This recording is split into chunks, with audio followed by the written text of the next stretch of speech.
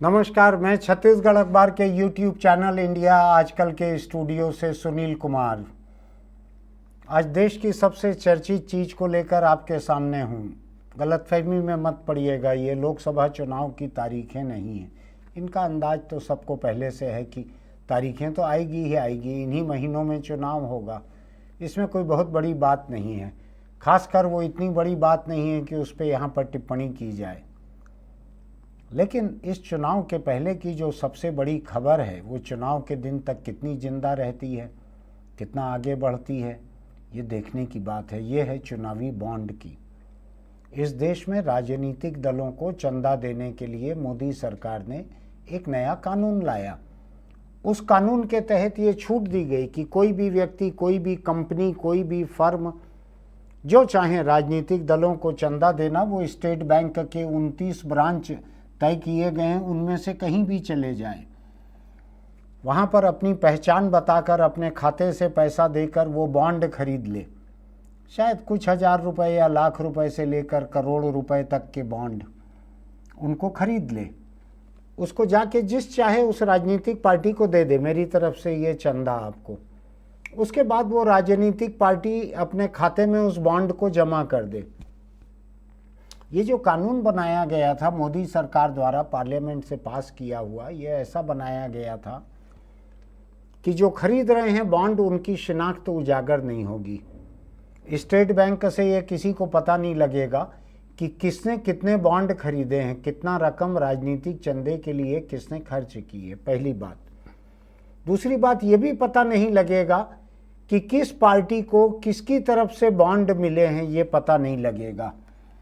ये जब मामला एक जनहित याचिका के मार्फत सुप्रीम कोर्ट पहुंचा तो सुप्रीम कोर्ट ने कहा, अभी महीने भर पहले की बात है, सुप्रीम कोर्ट ने ये आदेश दिया कि स्टेट बैंक उसके पास दर्ज ये जितनी जानकारी है, जिसको गोपनीय कहती है, फलाना कहती है, कुछ कहती है, पूरी की पूरी जानकारी, हर जानकारी उठा के चुनाव आयोग को दे और चुनाव आयोग उसको अपने वेबसाइट पे डाले।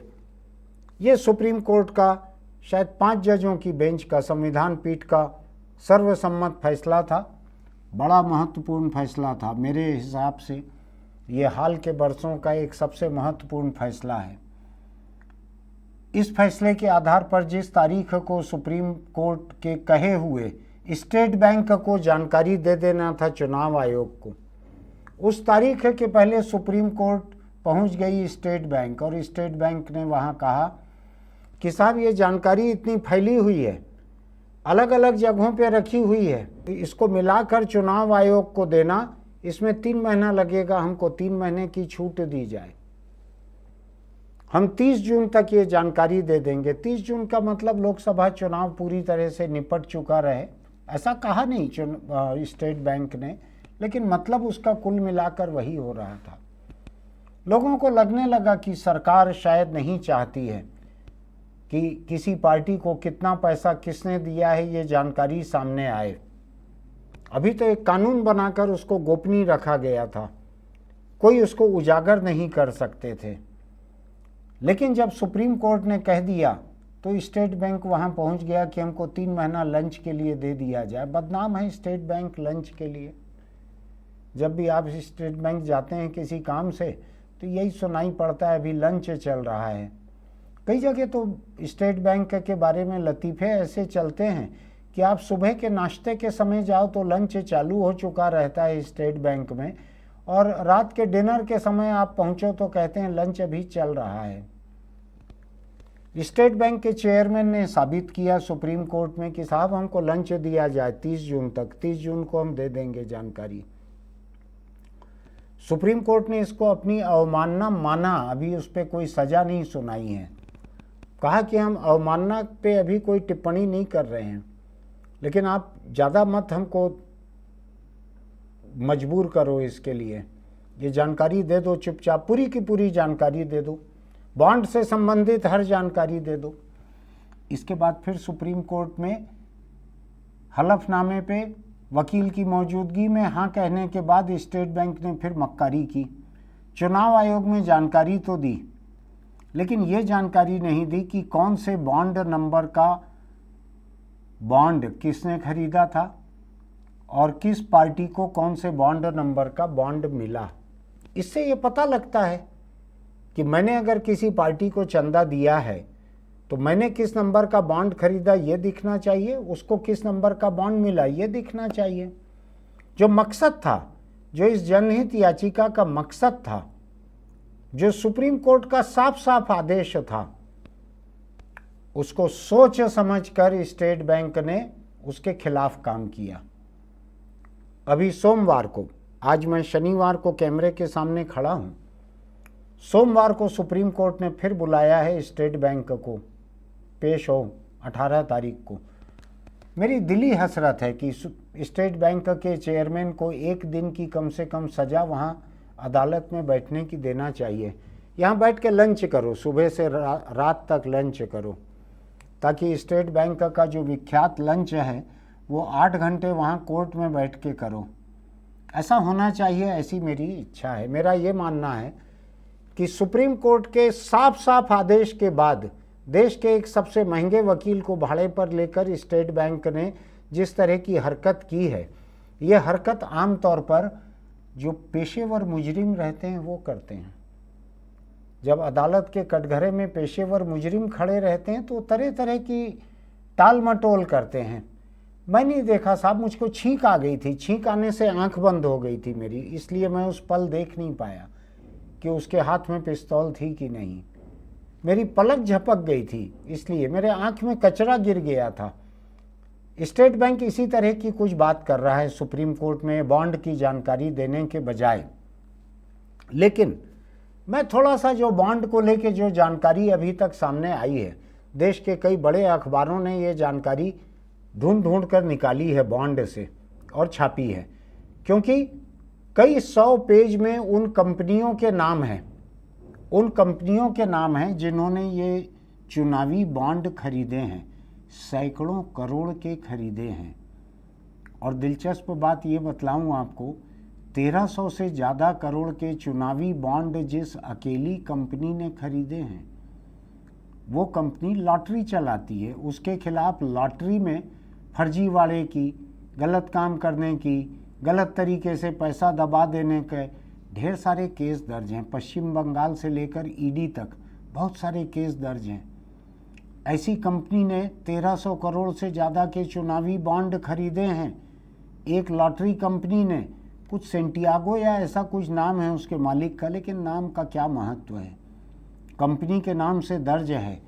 जो एसबीआई ने जो जानकारी दी है चुनाव आयोग को, बहुत ही मन मसोस के दी है जानकारी। उस जानकारी के मुताबिक लॉटरी चलाने वाली एक कंपनी जिसके खिलाफ बंगाल में पुलिस ने कई मामले दर्ज किए हैं धोखाधड़ी, जालसाजी, गड़बड़ी के, उसने 1300 करोड़ से ज़्यादा के बॉन्ड खरीदे हैं। उसके खिलाफ ईडी की जांच भी चल रही है। अभी ये सामने नहीं आया है कि बॉन्ड किसने खरीदा और किस पार्टी को दिया। आ जाएगा, शायद 18 तारीख को आ जाएगा। जेल जाने के बजाय एसबीआई चेयरमैन शायद ये जानकारी दे देंगे। लेकिन ये बात याद रखने की ज़रूरत है, देश में सबसे अधिक चुनावी चंदा 6000 करोड़ रुपए से अधिक इन बॉन्ड के मार्फत भाजपा को मिला है, जो दिल्ली में सरकार चला रही है। उसके तुरंत बाद 1600 करोड़ रुपए से ज़्यादा का चंदा ममता बनर्जी की तृणमूल कांग्रेस पार्टी को मिला है। ये दोनों ही पार्टियों की सरकारें देश में और प्रदेश में ऐसी हैं जिनके मातहत इस लॉटरी कंपनी के खिलाफ केस दर्ज थे, जिसने 1300 करोड़ से ज़्यादा के बॉन्ड खरीदे। मैं अभी बिल्कुल भी नहीं सुझा रहा हूँ कि लॉटरी कंपनी से 1 रुपया भी इन दोनों पार्टियों को मिला होगा। हो सकता है न मिला हो, इन दोनों पार्टियों को 1 रुपया भी न मिला हो। लेकिन कौन सोच सकता है कि राष्ट्रीय पार्टी कांग्रेस के रहते हुए तृणमूल कांग्रेस को उससे 200 करोड़ ज़्यादा चंदा मिलेगा। 1600 करोड़ तृणमूल कांग्रेस, 1400 करोड़ कांग्रेस पार्टी, 1200 करोड़ भारत राष्ट्र समिति जो एक प्रदेश की पार्टी है।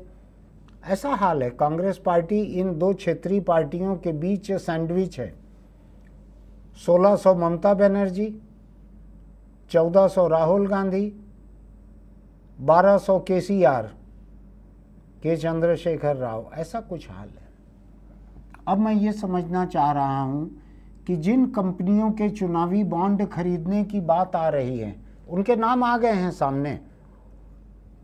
एक बड़ा विचित्र संयोग है, मैं नहीं जानता ये सच है कि नहीं, लेकिन संयोग ये है कि जिन कंपनियों के यहाँ ईडी के छापे पड़े, इनकम टैक्स के छापे पड़े, सीबीआई की जांच शुरू हुई, उन कंपनियों ने ऐसी जांच शुरू होने के बाद कुछ महीनों के भीतर सैकड़ों करोड़ के बॉन्ड खरीदे, कुल मिलाकर हजारों करोड़ के खरीदे। जिन कंपनियों के ऊपर जालसाजी, धोखाधड़ी के मामले चल रहे थे, जीएसटी के मामले चल रहे थे, उन्होंने ऐसे बॉन्ड खरीदे। किसको दिए हैं बॉन्ड अभी सामने नहीं है, आएगा सामने। लोग आरोप लगा रहे हैं कि ये बॉन्ड का पैसा गया कहाँ, ये सामने आना चाहिए, ये आरोप लगा रहे हैं। हालांकि कांग्रेस को भी मिले हैं बहुत सारे बॉन्ड, तो बहुत सारा 1400 करोड़ रुपया कांग्रेस को भी मिला है। तो 1400 करोड़ रुपया कोई मेरे जैसे लोगों ने, रिक्शे वाले लोगों ने तो दिया नहीं होगा, बड़े लोगों ने ही दिया होगा। खैर,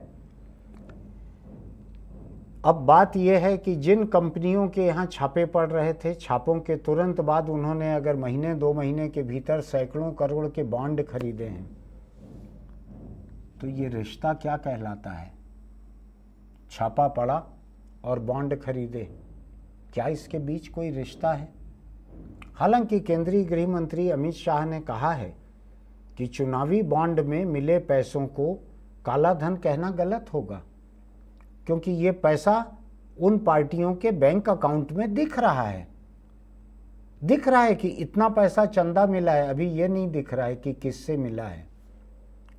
सुप्रीम कोर्ट शायद 18 तारीख को, सोमवार को, ये जानकारी देने के लिए एसबीआई की बांह इतनी मरोड़ देगी कि उसको एक हाथ मुड़ा रहेगा सीबीआई का और दूसरे हाथ से उसको जानकारी देना पड़ेगा चुनाव आयोग को।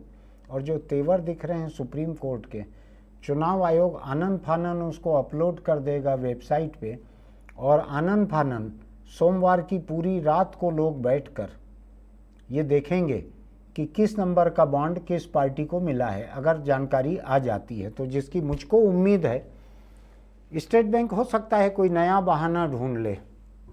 खैर, तो मुद्दा आज देश में सबसे बड़ा ये है कि किन पार्टियों ने किन लोगों से चंदा पाया है, और क्या उन पार्टियों की सरकारें जो हैं, सरकारी दबाव काम आया है। जैसा कि राहुल गांधी ने कहा, कांग्रेस के सबसे बड़े नेता राहुल गांधी ने खुलकर कहा है, उन्होंने कहा कि मोदी सरकार ने बाह मरोड़ मरोड़ कर लोगों से उगाही की है। ये दुनिया का सबसे बड़ा एक्सटॉर्शन रैकेट है। ये रंगदारी टैक्स, ये वसूली करने का ये सबसे बड़ा एक रैकेट है, ये साजिश है, ये तरीका है।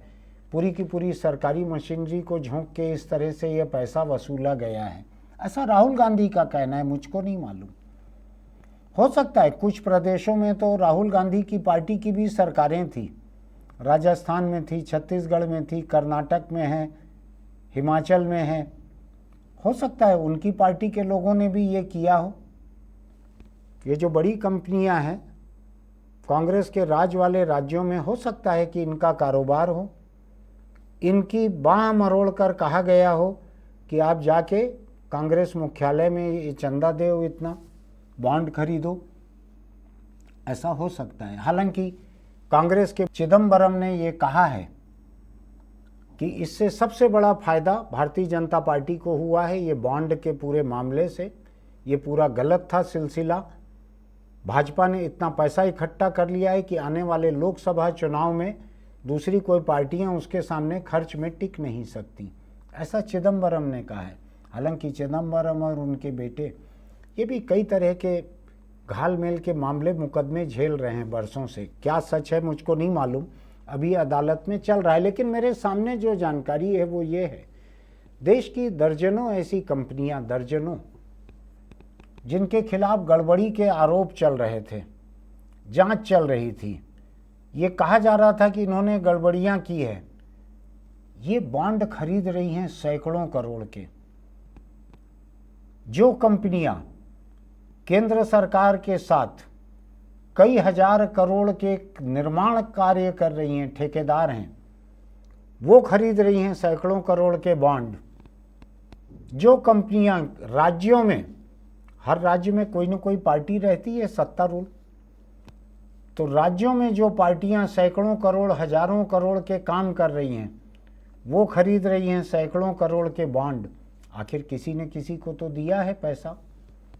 बहुत ही कम पैसा है जो खरीद लिया लेकिन किसी को नहीं दिया। इसका भी आंकड़ा आया है सामने, छोटा सा है, कुछ 2-4-5 करोड़ रुपया का है। वो रह गया होगा, या तो देना रह गया होगा या जमा करना रह। इतना पैसा है राजनीति में, इतना पैसा है, इतना पैसा है बड़े कारोबारियों के पास। कुछ करोड़ छूट गया होगा, क्या पता लगता है। खैर, तो मैं अभी जो बात कहना चाहता हूं वो ये है कि किस कंपनी ने किस पार्टी को कितना पैसा किस तारीख को दिया है। ये राजनीति में शुचिता के लिए, शब्द मेरा नहीं है, मैं इतना गंभीर शब्द इस्तेमाल नहीं करता। मुझको ध्यान है कि भाजपा के एक सबसे बड़े नेता लाल कृष्ण आडवाणी इस शब्द का सबसे ज़्यादा इस्तेमाल करते थे, राजनीति में शुचिता का। मुझको ठीक से मतलब भी नहीं मालूम है, शायद स्वच्छता वगैरह का कुछ मतलब होगा इसका। तो राजनीति में शुचिता के लिए ये ज़रूरी है कि ये बॉन्ड किसने खरीदे, किस तारीख को खरीदे, किस पार्टी को दिए, क्यों दिए, उस पार्टी के मातहत कौन सी जांच एजेंसी थी, कौन सी कार्रवाई चल रही थी इस कंपनी के खिलाफ, उसके बाद क्या हुआ, कार्रवाई आगे बढ़ी कि नहीं बढ़ी। मुझको लग रहा है कि छत्तीसगढ़ में भूपेश बघेल की सरकार ने कोयला लेवी उगाही के नाम पे जो कुछ किया वो नाहक बदनाम ज़्यादा हो गई। बहुत सारे लोग उसके जेल में पड़े हुए हैं, आईएएस अफसर नेता जेल में पड़े हुए हैं। मुझको किसी ने कहा कि छत्तीसगढ़ कांग्रेस के जो कोषाध्यक्ष हैं या थे रामगोपाल अग्रवाल, वो भी फरार हैं साल भर से। काफ़ी ऊपर वाले की मेहरबानी से खाते पीते घर के हैं, ठीक ठाक उनकी सेहत है। इतने बड़े बदन को लेके कैसे एक साल से वो गायब होंगे, मुझको समझ में भी नहीं आ रहा है। और मुझको लग रहा है जब इसी देश में एक चुनावी बॉन्ड के नाम का एक मॉडल मौजूद था, यहाँ की छत्तीसगढ़ की भूपेश बघेल सरकार उस मॉडल का भी इस्तेमाल कर सकती थी, बजाय, ऐसा ईडी का कहना है, मेरा कहना नहीं है, कि 25 रुपया टन कोयला का उगाही। ये बॉन्ड कम से कम रहता तो राजनीतिक दल ही अपने खाते में जमा कर पाती। छत्तीसगढ़ में कांग्रेस अपने खाते में इसको जमा कर पाती, यहाँ करती, दिल्ली में करती, कहीं भी करती। ये तो नहीं होता कि सूर्यकांत तिवारी और उसका परिवार 100, 150, 200, 250 करोड़ की ज़मीनें खरीद लेता। एक एक अफसर 10, 20, 25 करोड़ की ज़मीन खरीद लेते। ऐसा तो नहीं होता। कम से कम पार्टी फंड में तो पैसा गया रहता। कम से कम आज के चुनाव में पार्टी अपने हर उम्मीदवार को जो चुनावी खर्च की सीमा है उतना पैसा बैंक खाते में, बाकी पैसा हवाला वगैरह से दे पाती। आज तो वो भी गुंजाइश नहीं रह गई। तो देश में जिस तरीके से ये चुनावी बॉन्ड का कारोबार चला है, मुझको उम्मीद है सोमवार तक ये और खुलासा होगा। मैं आज अटकल लगा के कुछ कहना नहीं चाहता हूँ, मैं बहुत सावधान होकर चल रहा हूँ। हैरान करने वाली बात यह है कि जिस कंपनी का मुनाफा 2 करोड़ से कम है, 2 करोड़ से कम, ध्यान रखिएगा, उसने 183 करोड़ के चुनावी बॉन्ड खरीदे हैं। 183 करोड़ के चुनावी बॉन्ड। ये ऐसा लग रहा है कि जो सेठ साहूकार पहले रहते थे, जो दानी भी रहते थे, सेठ साहूकार की कमाई हुई 10 लाख रुपए साल की और उसने 3 करोड़ रुपए का दान कर दिया। कहाँ से किया होगा, कोई अंदाज है आपको? जिसकी कमाई 1.81, 1 करोड़ 81 लाख रुपए जिसकी कमाई है मदन लाल लिमिटेड, 183 करोड़ के बॉन्ड खरीद रहे हो। कितना, ऐसा कितना लोकतंत्र के लिए उसके मन में भावनाएं उमड़ गईं कि घर बार बेच के वो बॉन्ड खरीद रहा है, दे रहा है चुनावी पार्टियों को, तुम लोग चुनाव लड़ो भाई। अद्भुत आस्था है ये लोकतंत्र में। मैंने इतनी लोकतांत्रिक कंपनी कोई देखी नहीं है मैंने शुरू में जो कहा आपको, लॉटरी चलाने वाली एक कंपनी 1368 करोड़ उसने चुनावी बॉन्ड खरीदे, 1368 करोड़। उसका साल भर की कुल कमाई है 215 करोड़। रिलायंस से जुड़ी हुई एक कंपनी है क्विक सप्लाई चेन। रिलायंस हाथ झाड़ ले रहा है, हमारा कुछ लेना देना नहीं है, लेकिन एक खोजी रिपोर्ट बतलाती है कि क्विक सप्लाई चेन की जो शेयर होल्डिंग है वो अधिकतर रिलायंस कंपनियों की ही है, रिलायंस की ही कंपनियों की है शेयर होल्डिंग। उसके मुखिया वगैरह जो हैं वो भी रिलायंस के अलग अलग कंपनियों में डायरेक्टर रहे हुए मुखिया हैं क्विक सप्लाई चेन के। 109 करोड़ रुपए इसका नेट प्रॉफिट है क्विक सप्लाई चेन का। चुनावी बॉन्ड कितना खरीदा है? 410 करोड़। ऐसे ढेर सारे मामले हैं मेरे पास ऐसी दर्जनों कंपनियों के मामले हैं जिनका लगातार जांच चल रही थी, तरह तरह की छापे पड़ रहे थे उनके ऊपर, जमानत अमानत हो रही थी, और अचानक उनके मन में भारतीय लोकतंत्र के लिए आस्था पैदा होती, अभूतपूर्व आस्था, कि राजनीतिक दलों को चुनावी बॉन्ड से पैसा मिलना चाहिए। हो सकता है किसी कंपनी का पूरा पैसा कांग्रेस को मिला हो, या तृणमूल को मिला हो, या बीआरएस को मिला हो, भारत रक्षा समिति या क्या नाम है उसका, उसको मिला हो। मैं नहीं कहता कि भाजपा को मिला है, लेकिन ये लोकतंत्र में अपार आस्था है। जो आर्थिक अपराधी हैं, मुजरिम हैं, जांच से घिरे हुए लोग हैं, जमानत पे छूटे हुए लोग हैं, उनकी भारतीय लोकतंत्र में ऐसी अपार आस्था कि वो सैकड़ों हजारों करोड़ के बॉन्ड खरीद के राजनीतिक दलों को दे रहे हैं कि आप काले धन से चुनाव मत लड़ो, हम पैसा दे रहे हैं आपको, आपके खाते में रहेगा, खाते के पैसे से चुनाव लड़ो। मैं एकदम अभिभूत हूँ लोकतंत्र में इन कंपनियों की आस्था को लेकर। मैं मानता हूँ कि किसी जांच एजेंसी ने इनकी बाह नहीं मरोड़ी होगी। मैं ये भी मानता हूँ कि देश या प्रदेश की जिन सरकारों के हाथ में किसी तरह की जांच एजेंसी या पुलिस है, उनको इन लोगों से 1 रुपया भी चंदा नहीं मिला होगा, मैं इतना भी मान लेता हूँ। असल में बचपन से ही मेरी बहुत बुरी आदत है संदेह का लाभ देने की। मैं भारतीय अदालत की तरह सबको छोड़ देता हूँ जब तक बियॉन्ड रीजनेबल डाउट, जब तक संदेह से परे साबित ना हो जाए कोई जुर्म, तब तक मैं सबको छोड़ देता हूँ। तो मैं आज सोमवार की शाम के पहले तक मैं सारी पार्टियों को छोड़ दे रहा हूँ, सबको क्लीन चिट दे रहा हूँ कि इन पार्टियों ने किसी जांच एजेंसी, पुलिस, अपने प्रदेश की सरकार का इस्तेमाल नहीं किया है, और इनकी पार्टियों को ऐसे लोगों से कोई पैसा नहीं मिला है। मेरा मानना है कि हिंदुस्तान की तमाम पार्टियां जो हैं बहुत ही सिद्धांतवादी हैं, वो चोरों से कोई पैसा नहीं लेंगी, ऐसा मेरा मानना है। मेरा ये भी मानना है इनमें कोई भी चोर नहीं है, इनमें कोई टैक्स चोर भी नहीं है। जब तक कोई साबित न हो जाए मैं क्यों कुछ कहूँ। सवाल ये उठता है कि स्टेट बैंक सुप्रीम कोर्ट के जजों के साथ जो लुका छिपी खेल रहा है, मैं देख रहा हूँ कि सुप्रीम कोर्ट के चौड़े से जो पिलर हैं उसके पीछे में जाके स्टेट बैंक का चेयरमैन छुप गया है और चीफ जस्टिस दौड़ रहे हैं ढूंढते हुए। आपने खेला है ना बचपन में, चोर सिपाही, कुछ लोग रेस टीप कहते हैं, कुछ लोग लुका छिपी कहते हैं। स्टेट बैंक चेयरमैन में एक बच्चा जाग गया है, उनके बचपन की आत्मा आ गई है, वो लुका छिपी खेल रहे हैं।